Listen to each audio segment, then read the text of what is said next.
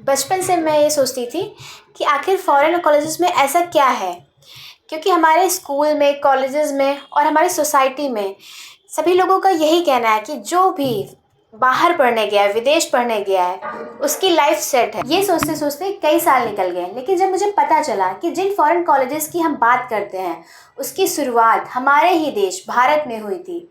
हमारे देश ने ही सबसे पहले इंटरनेशनल यूनिवर्सिटी दी थी, जिसमें कई प्रकार के मॉडर्न सब्जेक्ट जैसे मैथ्स, एस्ट्रोलॉजी के साथ साथ आध्यात्मिक ज्ञान भी मिलता था। इस ज्ञान को अर्जित करने के लिए लोग हमारे देश भारत नालंदा यूनिवर्सिटी आते थे, जैसे आज हम लोग विदेश जाते हैं। लेकिन फिर ऐसा क्या हुआ कि इस यूनिवर्सिटी के नाम पर हमारे देश में सिर्फ खंडहर रह गए और हमारे देश के लोगों को यह आज तक पता भी नहीं है कि नालंदा यूनिवर्सिटी नाम का ओशियन ऑफ नॉलेज आखिर था क्या और कहाँ चला गया।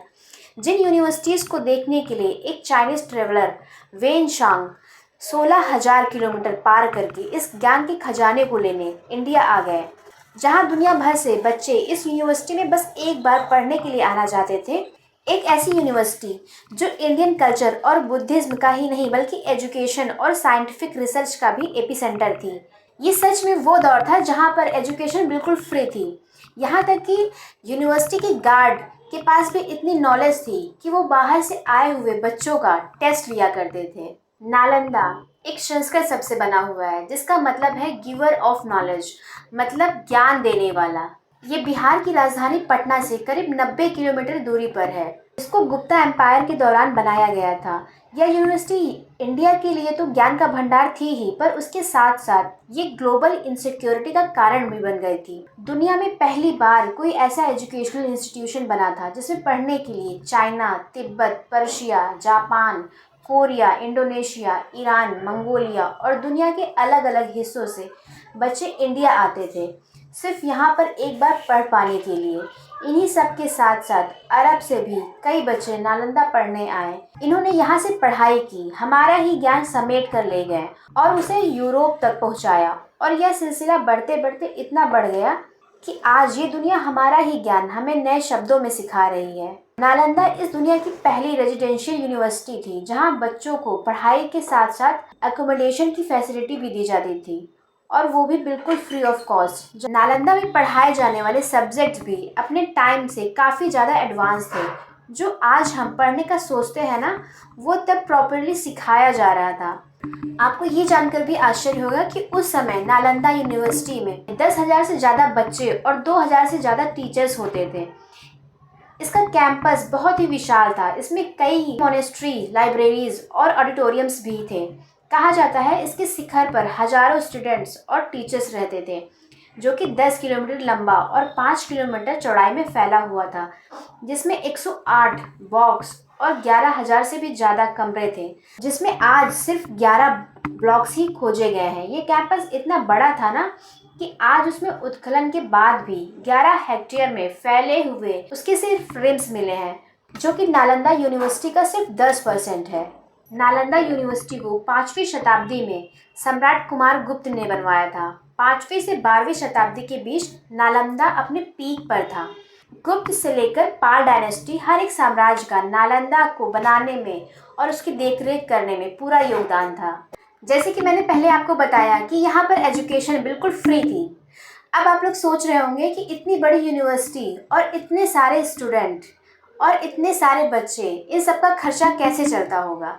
नालंदा एक फाइनेंशियल इंडिपेंडेंट यूनिवर्सिटी थी और इसके आसपास के 100 गांव के टैक्सेस से आया हुआ सारा पैसा नालंदा को दिया जाता था, क्योंकि शासकों का मानना था तत्कर्म यन बंध सा विद्या या विमुक्तय, मतलब कर्म वही है जो बंधन में ना बंधे और विद्या वही है जो मुक्त करे। यहाँ बच्चों का रहना, खाना, पीना सब बिल्कुल फ्री था। उनका काम था तो सिर्फ अच्छे से मन लगाकर पढ़ाई करना। फिर 8वीं सदी में नालंदा को पहली बार ग्लोबल एक्सपोजर मिला, जब वेन सांग नाम के एक चाइनीज यात्री भारत आए। यहाँ ज्ञान का मेन सोर्स था यहाँ की 3 बड़ी बड़ी लाइब्रेरीज, जिनका नाम था रत्नासागर, रत्न रंजिका, रत्न उदय। 90 लाख से ज़्यादा किताबें और महाग्रंथ इन लाइब्रेरीज में मौजूद थे। ये किताबें 108 से भी ज़्यादा सब्जेक्ट्स को कवर करती थी। यहाँ स्टूडेंट्स को अलग अलग भाषाओं में शिक्षा दी जाती थी, जैसे कि संस्कृत, पाली, प्राकृत जैसी भाषाएं, जिनमें संस्कृत और पाली मेन लैंग्वेजेस थी। इतना ही नहीं, यहाँ पर वास्तुशास्त्र का भी अध्ययन होता था, जिसमें कि घर की कंस्ट्रक्शन में सही डायरेक्शन का ध्यान रखा जाता था। अगर बात करें मेडिकल और आयुर्वेद की, तो नालंदा विश्वविद्यालय में यूनानी और आयुर्वेद का भी अध्ययन होता था, जिससे कि मेडिकल साइंस में स्टूडेंट विशेष ज्ञान मिल सके। यहाँ पर दर्शन शास्त्र, तर्क चिकित्सा, ज्योतिष जैसे और भी अलग अलग सब्जेक्ट शामिल थे। यह भी हमारी भारतीय ज्ञान की धरोहर थी, पर फिर एक दिन इसे जला दिया गया।